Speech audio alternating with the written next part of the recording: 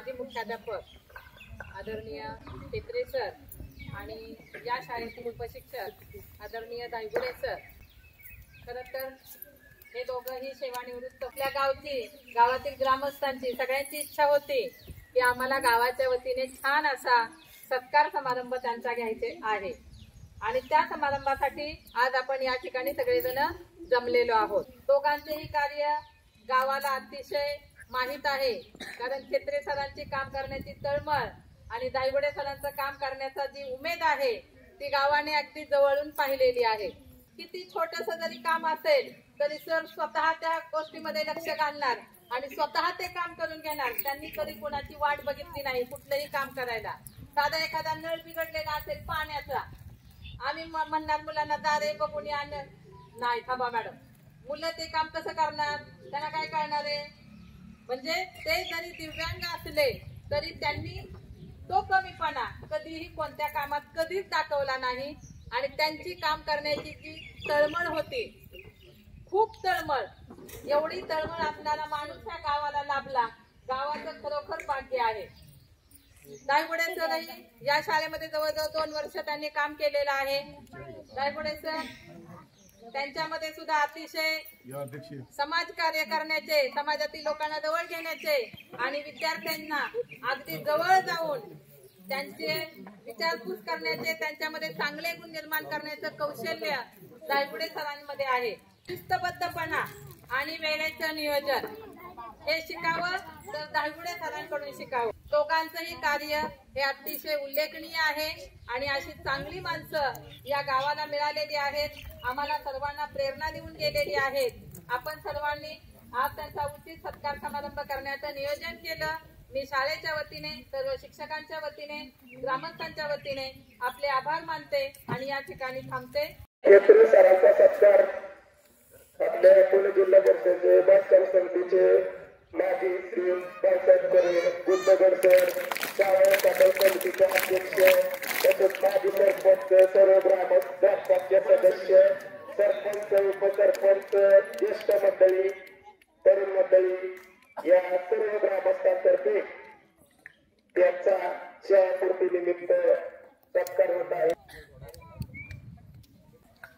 या समारंभाला उपस्थित राहिलेले आपल्या जिल्हा परिषदेचे माजी बांधकाम आणि आरोग्य समितीचे सभापती आपल्या गावचे सोबत आदरणीय भाऊसाहेब टिकरे आणि त्याचबरोबर आमचे मार्गदर्शक जिल्हा प्रशिक्षण आधार समितीचे संचालक गुंडगर सर, तहसीलचे माजी सरपंच आणि हा कार्यक्रम ज्यांनी आयोजित केला त्यासाठी जोरदार झाला. कार्यक्रम सोपा आहे. मी तेत्रे सर आणि दायगुडे सरांना अगदी मनापासून धन्यवाद देतो. आज या ठिकाणी तुम्ही आमचा जो सेवापूर्तीचा सत्काराचा कार्यक्रम आयोजित केला, बऱ्याचशा सरांनी सांगितलं आमच्या कार्याचा गौरव आपल्या या ग्रामस्थांच्या तर्फे करण्यात आला. कामाच्या बाबतीत बोलायचं झालं तर या 36 वर्षामध्ये आम्ही मनापासून फक्त शाळा एवढंच काम केलेलं आहे. या व्यतिरिक्त कुठल्याही मी तरी वैयक्तिक कुठलं काम केलेलं नाही आणि त्यामुळं आपण जर मनापासून आपल्या कार्याचा गौरव केला त्याबद्दल मी पूर्ण गावकऱ्यांचं आभार व्यक्त करतो आणि तुमची ही प्रेरणा पुढेही आपल्यात एक नवीन उमेद निर्माण करेल अशी आशा व्यक्त करतो आणि पुनश्च सर्वांचा आभार व्यक्त करतो आणि थांबतो.